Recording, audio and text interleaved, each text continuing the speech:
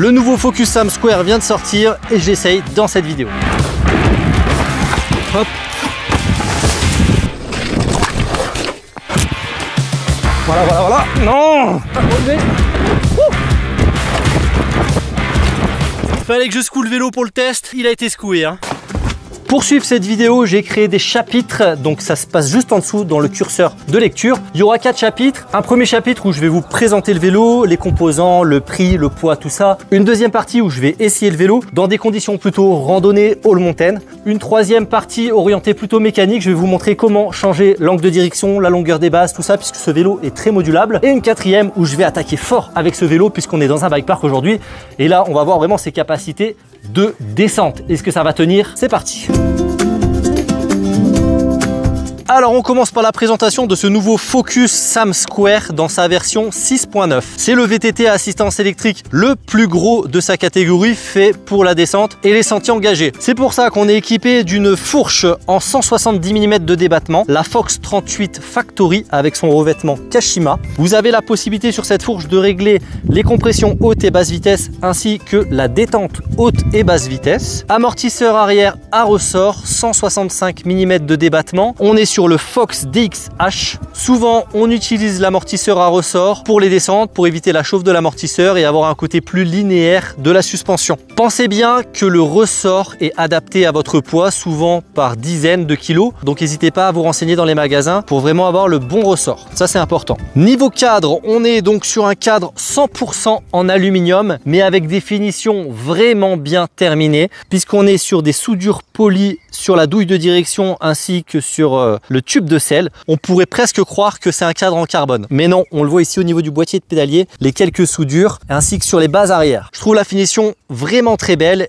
et Focus là a soigné les détails. On profite de la nouvelle transmission SRAM Eagle 90 pour éviter de tordre les pattes de dérailleur, c'est du costaud. On a des gros bumpers ici pour protéger du bruit de la chaîne. On a 2 flip chips ici pour changer la longueur des bases. Et un jeu de direction qui est ajustable également, qui vous permet de changer d'1 degré l'angle de direction pour avoir un vélo plus descendeur ou plus randonnée all mountain. Avec une motorisation de chez Bosch, le fameux CX de 5e génération, qui d'ailleurs va accueillir en juillet une mise à jour qui va pouvoir upgrader sa puissance à 100 Nm. Batterie amovible en 800 Wh avec l'option de la choisir en 600 Wh. Le capot sera plus petit et le vélo s'allégera de 900 grammes, ce qui n'est pas négligeable si vous avez juste prévu de faire des petites sorties. En revanche, si vous avez prévu de faire des grosses sorties, vous avez la possibilité de rajouter un range extender qui vous fera une capacité de 1050 Wh. Pour contrôler ce moteur, on ajuste les petites gâchettes au guidon et les 5 LED pour indiquer l'autonomie restante de la batterie. Les freins, c'est du puissant, les TRP avec des disques en 220 mm à l'avant et à l'arrière, et ça va bien freiner. Niveau des roues, on est sur une configuration mulet, 29 pouces à l'avant, 27,5 à l'arrière, avec une configuration costaud puisqu'ils ont mis des carcasses d'origine DH et des roues DT Suisse HF 1900 solide. Niveau du poids, on est quand même sur un gros bébé, on est un tout petit peu plus lourd que les 26 kg. Et niveau tarif, sur ce modèle, on est à 7 499 € avec une batterie en 800 Wh. Est-ce qu'on peut quand même faire des randonnées avec ce vélo et s'amuser dans les petits trails? C'est ce qu'on voit dans la deuxième partie.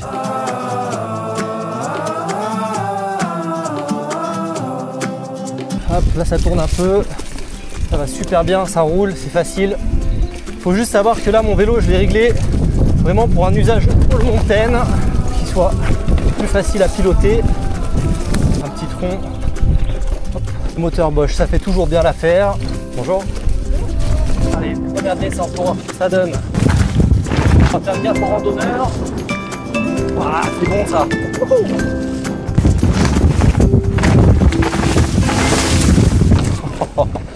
On se fait prendre au jeu directement. Ah là là, j'avais prévu d'y aller doucement, mais là la première descente elle m'a envoyé directement. Tellement facile. Réaction à chaud, stable le vélo. Une fois qu'il est posé dans sa descente. Allez, petite racine à franchir. Ça y va.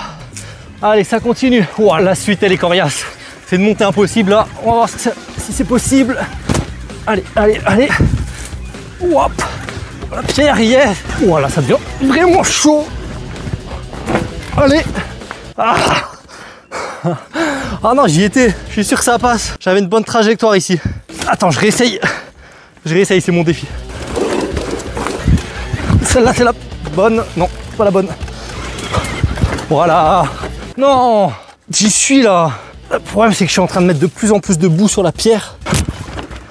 Voilà, voilà, voilà. Non! Une patinoire ici. Faut que j'arrive à rester plus droit du coup. Et là, après, ça va passer. Ou alors, je change ma trajectoire. Et je vais là. Ah, il y a peut-être un truc là. Allez, nouvelle trajectoire. Voilà! Lâche pas. Voilà, c'est fait les gars. Faut jamais abandonner. Là, on croit que c'est plat, hein, mais c'est comme ça. Hein. 15% à mon avis. Regardez dans ce terrain là. Ici, ça glissait dans tous les sens. Et moi, je suis arrivé là-haut. Après avoir fait tout ça quand même, toute cette montée. Est-ce qu'on peut dire qu'on peut faire de la grosse randonnée avec? Je crois. Hein. Il m'a bien fallu au moins 10 essais. Hein. Regardez, petite transpiration qui arrive là. Mais c'est là où j'ai envie quand même d'avoir la mise à jour Bosch qu'ils annoncent courant juillet. On va pouvoir, avec cette mise à jour, avoir 100 Nm dans le moteur. Là, on va pouvoir se taper des vraies montées, tu vois. Les gens me demandent souvent, ça sert à quoi d'avoir autant de puissance? Bah, genre de trucs comme ça, hein. Moi, je me régale avec de la puissance. C'est vrai que pour l'instant, même le mode turbo avec le Bosch, t'aurais envie d'avoir un tout petit peu plus, tu vois. Mais je suis surpris parce que pour le coup, même dans des trucs un peu merdiques comme ça reste un vélo qui est bien maniable, quoi. Les montées impossibles, c'est validé. Après la montée, la descente.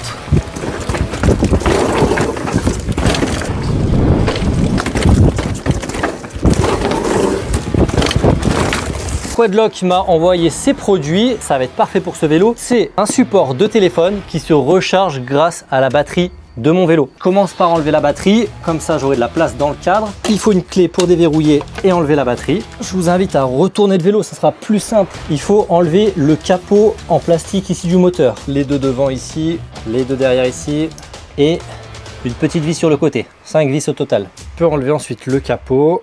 L'adaptateur ici, le voici. Donc je l'ai fait passer dans mon cadre ici, au même endroit que les durites et tout ça. Hein. Donc là, vous faites passer en dessous de ça, en dessous de ça. Et là, c'est super simple parce que les durites passent à l'intérieur du jeu de direction. Donc là, il y a même le trou, c'est super simple. Tu pousses tout. Et là, ensuite, tu as juste à connecter sur celui-là. Tu connectes. Le câble, on le cale bien sous le moteur ici. Mon système à induction, il est là. J'ai ma prise qui va se connecter sur la deuxième. La Quadlock, ils m'ont vraiment envoyé le stock. Hein. Il faut bien sûr une coque spéciale pour téléphone avec la forme spéciale Quadlock pour pouvoir le clipser et tourner. J'ai la housse étanche parce que vous allez me dire oui, mais s'il pleut, le téléphone prend l'eau. Ils font des housses étanches pour téléphone. Et après, on a soit une tête à plat, soit on a une tête un peu plus haute. Moi, j'ai pris celle-là pour accrocher sur la potence. Le système va servir de cale en plus. Et après, je vais mettre un bouchon comme ça. Hop. Donc on connecte ça et normalement si j'ai bien bossé ça va marcher. Donc par contre attention, il faut bien allumer son vélo pour que ça marche. Je prends mon téléphone, le système Quadlock, on a l'induction qui s'est lancée donc là déjà ça recharge et pour le clipser il faut appuyer, tourner, on peut le mettre comme ça.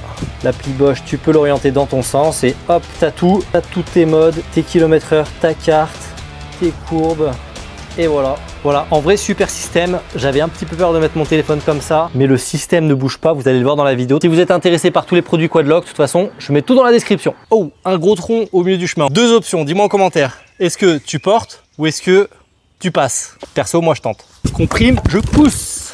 Attention parce que là il n'y a pas de protection en métal, faudra pas abîmer la protection de moteur. Hein. Et d'ailleurs le moteur il a bien chauffé, hein. Là dans les montées techniques, ça a un peu fait chauffer le moteur. Si vous voulez je vous fais un petit tuto même pour franchir ça. Déjà selle basse au plus bas, soit je pédale, soit je le fais en tirant pour monter ma roue avant déjà sur l'obstacle. Donc là je vais chercher à poser à peu près au début du tronc. Hein. Début du tronc pour se servir de la compression de la fourche. Je fais mon extension, il faut que je passe par-dessus mon guidon. Là je suis pas en pédale automatique. Hein. Pour apprendre c'est bien de pas être en pédale automatique. Hein. Et là, une fois que mon arrière est monté, je pousse loin mon vélo. Si vous regardez bien, votre corps va quasiment pas bouger. Et là, avec la vitesse, la roue arrière, même si elle est un peu basse, elle va passer et là j'amortis.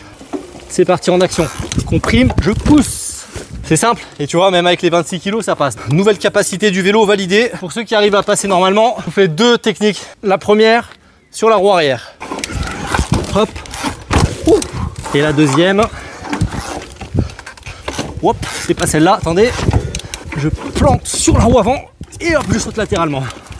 Bonne chance à vous. Ceux qui arrivent, je vous les clip sur Instagram. Bon, bah je crois que le bilan de cette première partie randonnée, elle est validée. En montée, vraiment intéressant le vélo. Je m'attendais à que ce soit un peu compliqué avec le poids et les grosses suspensions. Mais finalement, on a le moteur qui compense bien. J'attends quand même la mise à jour pour être encore mieux avec plus de puissance, mais ça fait bien le taf. Au niveau des configurations pendant ce test, moi j'ai quand même enlevé 1,5 cm 2 cales sous la potence pour être moins raide dans les montées et c'est vrai que c'est pas plus mal. Et alors en descente, même avec cette configuration all mountain là que j'ai, le vélo en descente, en fait il est posé, tu es sur un canapé dès qu'il prend de la vitesse, avec les grosses suspensions.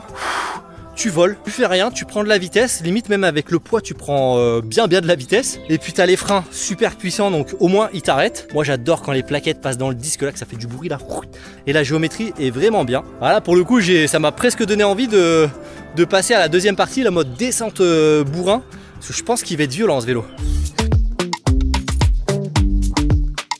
Sur ce vélo, on a la possibilité de régler deux choses. Un, l'angle de direction ici, pour un vélo plus descendant ou plus joueur, plus all mountain. Et on a la possibilité également de changer la longueur de ses bases arrière pour qu'elle soit courte, avoir un vélo très joueur, ou un peu plus longue pour avoir un vélo plus stable. Donc je vais vous montrer ces deux réglages, ils sont très simples à faire. On commence par le jeu de direction. En fait, il y a deux coupelles qui sont ovales, donc en les tournant, ça va vous changer l'angle de direction. 63,5 ou 64,5, donc on peut jouer sur 1 degré. Donc c'est là, c'est très rapide, il vous faut une clé Allen de 4 et en 2 minutes normalement c'est faisable. Je commence par enlever le capot au-dessus de la potence, le bouchon. J'enlève le petit cache ici, hop, et je viens desserrer les deux vis de ma potence. Je vais soulever ma potence au maximum, pas obligé de l'enlever. Hop, toutes les cales, je les rehausse. Je fais attention au passage de câbles. Et là, c'est donc bien cette coupelle noire ici et cette coupelle noire ici qu'il va falloir tourner de 180 degrés. Ce petit détail est important ici, il y a une petite encoche qu'il faut bien mettre à l'opposé. Donc, configuration descente, l'encoche est devant ici, derrière en haut. Position plutôt all mountain, l'encoche sera devant et là, je vais la mettre derrière. Imaginez un point entre les deux encoches, ça vous donne un angle, si vous voulez, de la fourche. Ici, mode descente, ici, mode un peu plus rentré. Petit moyen mémotechnique. La coupelle, normalement, elle tombe comme ça. Je lui fais faire un 180 degrés en bas pour commencer. Tchac, voilà. Il y a des encoches, ça aide à remettre. Celle-là, pareil. Hop, on y va avec les ongles. 180 degrés également. Et là, ça se met tout seul normalement. Reste plus que maintenant à remettre les cales, rebaisser la potence et resserrer. Maintenant, deuxième réglage. Je vous conseille de le mettre sur un pied d'atelier, ce sera plus simple. Il faut démonter la roue arrière déjà. Sur ce dérailleur, je peux bloquer la chape, je la pousse, j'appuie sur le petit bouton ici, le bouton rouge. Et là, mon dérailleur est libre. J'enlève la roue arrière. Hop. Ensuite, ça se passera sur ce flip chip et ce flip chip des deux côtés. Vous voyez que c'est un ovale, donc il va falloir dévisser la pièce, la retourner et on va passer sur des bases plus longues. Concrètement, ce que ça va changer, on va gagner 7 mm de longueur grâce à ces flip chips. Donc base courte, on est sur du 441 mm, donc ce qui est assez court quand même pour un e-bike de ce gabarit-là. Donc le vélo tourne super bien en base courte, assez fun aussi à se mettre en manual, plus c'est court et plus c'est facile de se mettre en manual normalement. Base un peu plus longue, donc un peu plus long, 7 mm ça paraît petit mais ça se sent quand même au pilotage. Donc là c'est plutôt si on veut aller dans de la descente engagée, de la vitesse et on va gagner en stabilité. Je dévisse là, faire attention à la pièce derrière qui tombe. Ensuite celle du bas, ensuite derrière, le dernier là. Et là on le voit, maintenant ça bascule. Base courte, base longue. Hop. Et de 2. Donc pourquoi il y a deux flip chips? C'est tout simplement pour uniquement jouer sur la longueur des bases, parce que s'il y en avait qu'un, en fait, ça pourrait changer la hauteur du boîtier de pédalier ou des géométries. Voilà, l'opération est terminée. Il reste plus qu'à remonter la roue. Vous l'avez vu, ça a pris 2 minutes. Alors c'est pas forcément quelque chose qu'on peut faire en plein milieu d'un trail, mais par contre c'est intéressant de tester et voilà, d'avoir votre propre feeling avec ça.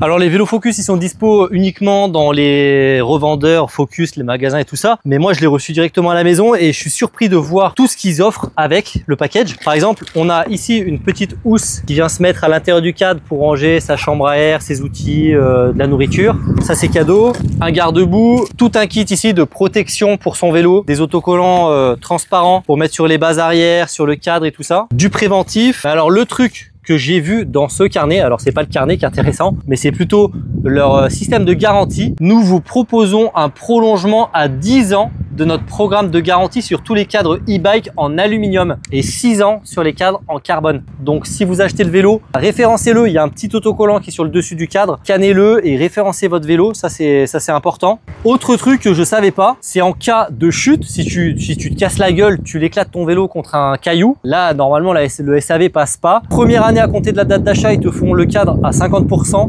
deuxième année à 30%, troisième année à 20%. Voilà, Focus, cool ça. Cool. Fin de la petite parenthèse. Pour cette dernière partie, j'arrive en haut de la station des 7 lots. Donc vraiment pour l'usage que j'imagine de ce vélo, c'est-à-dire remonter ici par les pistes de 4x4 et aller chercher les trails ou les pistes de descente là pour l'occasion, puisque la station est encore fermée. J'ai mis donc l'angle de chasse en mode DH à 63,5 et les bases longues. On y est. Là-bas une rouge. Bon, l'idée c'est pas forcément d'aller dans les bleus, on va aller directement dans les rouges et dans les noirs, dans l'engagé, pour voir si ce vélo va faire l'affaire. Allez, c'est parti.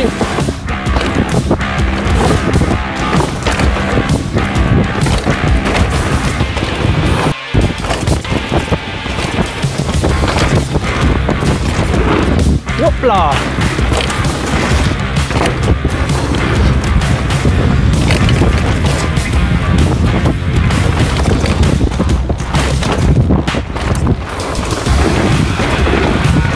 Voilà, ça secoue, hein. Les virages de la racine. Mais sur la noire, là c'est fermé. Il y a l'échappatoire ou la vraie DH. Voilà, on va aller sur la vraie DH. Il n'y a pas plus raide ici. Une cassure. Hop. Un relevé. Là il y a des sauts. Hop. Un saut encore. Watch. Ah là il y a la grosse passerelle de fin. Ça va être beau ça. C'est terminé. Wow. Incroyable. Quel ride de fou. Fallait que je secoue le vélo pour le test. Il a été secoué, hein. Et le quadlock, il n'a pas bougé, hein. Je les remercie déjà, Quadlock, d'avoir participé à cette vidéo. Si vous êtes intéressé par le produit, bien sûr, le lien est dans la description. Et maintenant, place au grand débrief de ce vélo. Il y a plein de choses à dire. Si vous êtes arrivé jusqu'à la fin de la vidéo, eh ben merci à vous déjà.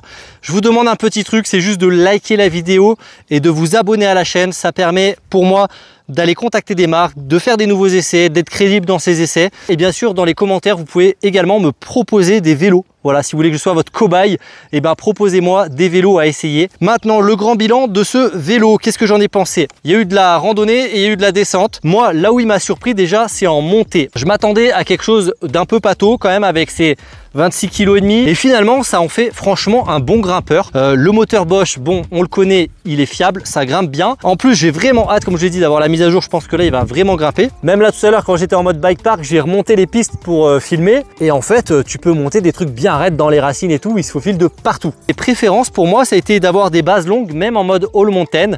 Le vélo dans les virages, il est très stable, ça cabre pas dès qu'il y a une racine ou quoi que ce soit. Donc en fait cette option de base longue, même en mode all mountain, elle est vraiment pas mal. Avec sa batterie en U100, j'ai facilement fait des 1500 D+, 30-40 km. À savoir qu'en plus j'étais souvent en mode turbo. Petit truc, c'est le boîtier de pédalier qui est bas, je dirais pas trop bas, mais attention de pas frotter. La géométrie est bien, moi j'ai quand même baissé de 1,5 cm les cales de la potence. J'ai trouvé que d'origine le vélo est un peu haut et même en descente d'ailleurs je l'ai gardé cette position là et c'était pas mal. Donc après à vous d'essayer, mais moi je me suis senti un peu mieux avec moins de cale. Maintenant en mode bike park, c'est là où je suis un peu mitigé, je dirais. Pourquoi je suis mitigé?